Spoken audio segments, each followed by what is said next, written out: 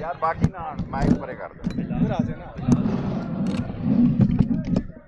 चलो जी। अच्छा सेटिंग करने फिर इधर आ जाना।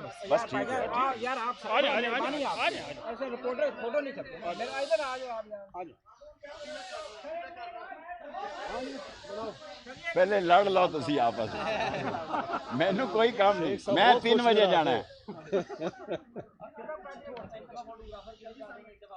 चलो जी फोटोग्राफर हुण पीछे हो जाओ। बिस्मिल्लाह आ जाए, पीछे हट जाओ। साहब उसी ते गला कमा कर देता है। ये 16 सीटां दे 16 पीस बना चलें ले लिया सामने।